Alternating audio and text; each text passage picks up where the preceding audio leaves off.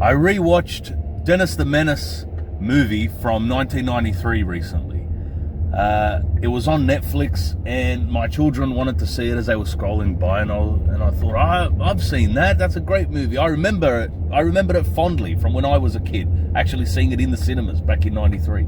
So we watched it again, and I forgot how damn good this movie was. This is a great little family comedy, kid-friendly sort of movie with some nice lessons in it, some heartwarming moments, and some downright hilarious scenes. And this was a much better movie than it needed to be. This was a remake of the old 1950s show Dennis the Menace. And this is the only Dennis the Menace I know from I never saw the 1950s show. So for me, this is the nostalgic Dennis the Menace. But it had amazing acting for just a kids comedy movie. It was really, really good. You had great performances from the two show-stealing performances. It's rare in a movie, especially in a kids movie, that you get two brilliant performances, let alone one, that steal the show. And in this movie, it was Walter Matthau as Mr. Wilson, Mr. George Wilson. He was brilliant in this role. I remember as a kid as well, thinking that, he's such a grumpy old man and all that. But watching it now, you understand, like, Dennis was... And the thing is, Dennis is a kind-hearted kid. He was just so mischievous, he couldn't help touching things and exploring all the time. It was his childlike nature. He was just an innocent child with good intentions who constantly caused trouble for Mr. Wilson. And you can understand Mr. Wilson's an old man. He just wants peace and quiet. He's never had kids himself, so he's not used to their rambunctiousness and all that. And he just wants peace and quiet. And Dennis is coming along and mixing his medicines up and putting bloody mouthwash in his nasal spray and toilet cleaner in his mouthwash. The poor guy's getting like a bloody toxicology assault happening in his bathroom when he's just trying to clean himself up before going to bed. And he makes the poor guy do the splits in his pajamas. He destroys his dentures and puts little chiclet chewing gums that ruins his photo. He accidentally ruins his party that was for his flower that took him, I think he says 40 years wasted. Surely the flower didn't take 40 years. That's insane. So you can understand Mr. Wilson's frustration with this kid. But deep down, he did love the kid. He was a decent man who did regret not having children. This movie had a lot of depth and heart to it and real human character moments. And at the end, when Dennis the Menace is Dennis Mitchell, his real name. I'm just so used to calling him the Menace, like that's his actual surname. When he goes missing, George Wilson's the first one to jump in his car and go looking for the kid. And he felt so guilty about yelling at him and telling the kid that he was worthless, that he didn't care about him, because he really did care about him. He was just so frustrated. And so it was a great character arc for Mr. Wilson to come to soften his heart and appreciate this child and what a great kid he actually was, even though he was so mischievous, caused so much damage, so much trouble. He had a heart of gold, this kid. He really was a decent little fella. And the other show-stealing performance, absolute standout, was Christopher Lloyd, Doc Brown himself from Back to the Future, as the villain. I never caught his name, but he was so sinister. And I remember as a kid being terrified of him in this movie, because I loved Back to the Future. I was used to seeing him as friendly old Doc Brown with his, beautiful white hair. Not a threat to anybody in the world. And in this movie, he's the filthiest, most disgusting looking vagrant I think I've ever seen in a movie. His teeth are revolting. His hair's revolting. His eyes, his skin, it looks like he's just got caked on dirt and grime. It looks like the man hasn't showered or bathed in like 10 years. The makeup was outstanding, and the soundtrack that accompanied him whenever he would turn up was phenomenal. It was such a good villain soundtrack. It was so menacing and imposing. In a kid's movie, it was terrifying as a child. And it's funny, I say to my kids, is he scary? They're like, nah, not at all, Dad. I swear. I must have just been a scaredy cat little kid when I was little. Because this movie and these villains and all that, they scared the life out of me when I was small.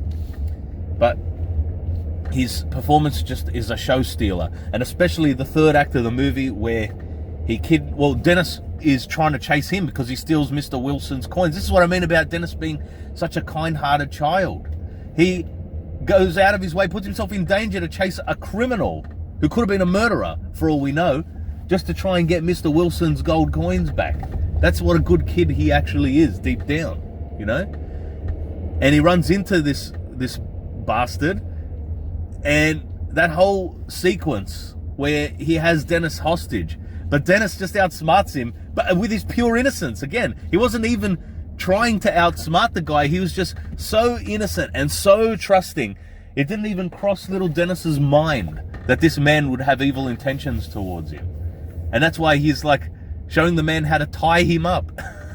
Which, I mean, it's a cautionary tale as well at how trusting children are. And no matter how much you drum into their head not to trust strangers, not to walk away with a stranger, to be careful, not to do dangerous things. A lot of times with kids, in the moment, they get lost in the moment and they forget all that advice you gave them, and they just get carried away with whatever they're doing, whatever they think is fun or exciting or interesting, and they forget all the advice and warnings you gave them. That's why it's so easy for predators to steal children, and that's why you have to stay so damn vigilant and not let them out of your sight pretty much. It's frightening nowadays. But so this movie has multiple, it achieves multiple things, not just entertaining, but it can act as a cautionary tale as well in the middle of a children's comedy film, believe it or not. And that whole sequence under the bridge there was hilarious. So well written, so well done, where he ties up Christopher Lloyd and then he drops the handcuff keys in the baked beans, forces him to eat all the bloody baked beans. I felt sick watching that scene where he's all bloated and about to explode. You know, I'm sure we've all had that feeling before we ate too much. They portrayed it so well and filmed it so well in the movie that I felt my stomach started feeling full just watching it. And then he does a giant fart and almost blows out the campfire. Hilarious. And he almost accidentally kills the bad guy by tying that rope up the top to help him. Again, just trying to help him, Dennis was. But he almost inadvertently killed the guy when the rope got caught in the train. It would have killed him in real life. It would have broken his all his bones and crushed all his organs. But he deserved it, and Dennis caught him. He was the hero of the movie.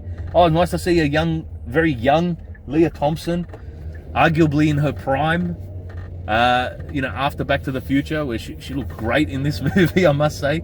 Oh, and Buzz, Kevin's brother from Home Alone, is the boyfriend of Natasha Lyonne, who is the babysitter. She's also from American Pie back in the 90s.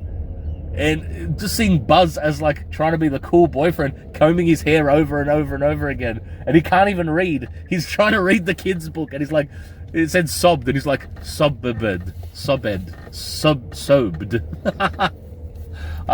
Just these little moments had me howling with laughter at times in this movie. It was Paul Winfield as the police chief of the town as well. He always plays cops, this guy. And I most fondly remember him from the first Terminator movie. He played the chief of police at the police station that Arnold assaults in that movie. And he goes out like an absolute boss, like a hero, trying to save Sarah and Kyle Reese. So he was great in it. The dad of Dennis, he was cool too. He looked like a real Poindexter, but I've seen him somewhere else as well. I have to look him up. I can't remember what else I've seen him in. But he looks like he would have been in a lot of 80s comedies and that. And just this movie, it was super well written. Even the lady who played Martha Wilson.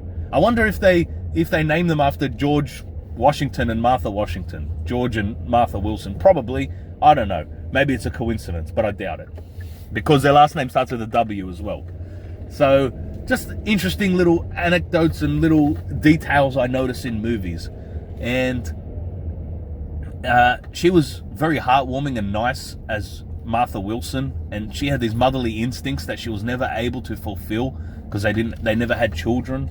And it was nice to see Mr. Wilson, he was cold and dismissive to his wife's concerns and feelings at first, but then he finally, his heart softened and he went to make up with her. But unfortunately, he started making out with the dog, thinking it was her. Just these little moments. It just made it such an enjoyable, entertaining movie. The kind of movie that you just watch and you've got a smile on your face the whole time. All right, and that's. I saw someone in a YouTube review say this, that there are some movies that have laugh out loud, tears running down your cheek sort of moments in them. And then there are other comedies that they don't have any really huge moments like that, but they just have you grinning and chuckling pretty much the entire way of the movie. And that was this film for me, although there were a few bits that did have me laughing out loud.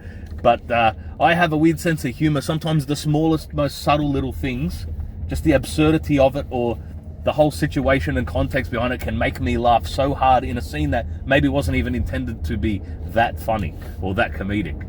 But yeah, it's a high recommend if you've never seen it. It's a great kids movie. It's aged perfectly. I mean, there's one or two CGI bits when the paint goes flying out of the vacuum cleaner up high in the sky and then lands in poor Mr. Wilson's steaks that he's barbecuing.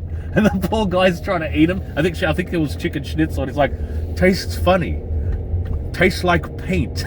For some reason, that's one of those little moments that has me howling for some reason. The way he says, tastes like paint while he's chewing it is hilarious to me. But that's just me. All right, I'm sure other people maybe don't find these moments funny and think I'm crazy. But I enjoy watching these movies and I enjoy having a good hearty laugh. There's nothing better than that, especially when you can do it with your children on your lap. There's nothing better than sharing a jovial, happy, genuinely delightful moment with your child. And it's a movie that has heart, has some good life lessons, and it just everyone is pretty much well-intentioned except for Doc Brown, evil Christopher Lloyd, who just lost himself in this role. And I'll tell you what, he would have been perfect. He would have fit in perfectly. He looked as filthy as Mad Dog Tannen did in Back to the Future 3. And these movies came out right around the same time, within a few years of each other, I think. So I imagine he could have played one of Mad Dog's henchmen in Back to the Future 3 with that makeup. It was incredible.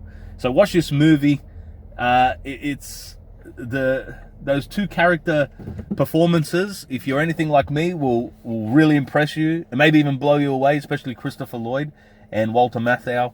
It's just one of the better kids movies I've ever seen. Highly recommend. Stands out from the crowd, especially with a lot of the kids movies I see nowadays are, I don't know, kind of generic and kind of forgettable. But this one stayed with me over the years. So it didn't just satisfy my nostalgia, I actually enjoyed it as an adult now in 2020 as well. So highly recommend. Check it out. Oh, and the final scene's hilarious too, with the lady with the photocopying machine. Because poor Dennis, he's just so compelled to press buttons, even when he knows he shouldn't. And you can see the poor guy, he's trying to fight the temptation, but then it gets the better of him because he's just a little guy and he goes and presses a button. And hilarity ensues in that final scene with the bitchy woman in his mum's office. So check it out. It's worth a watch. And I hope you all enjoy it as much as I did. I'll leave it there. Please like, share, subscribe, and comment. Thanks for listening. Take care. Be good. And I'll see you later.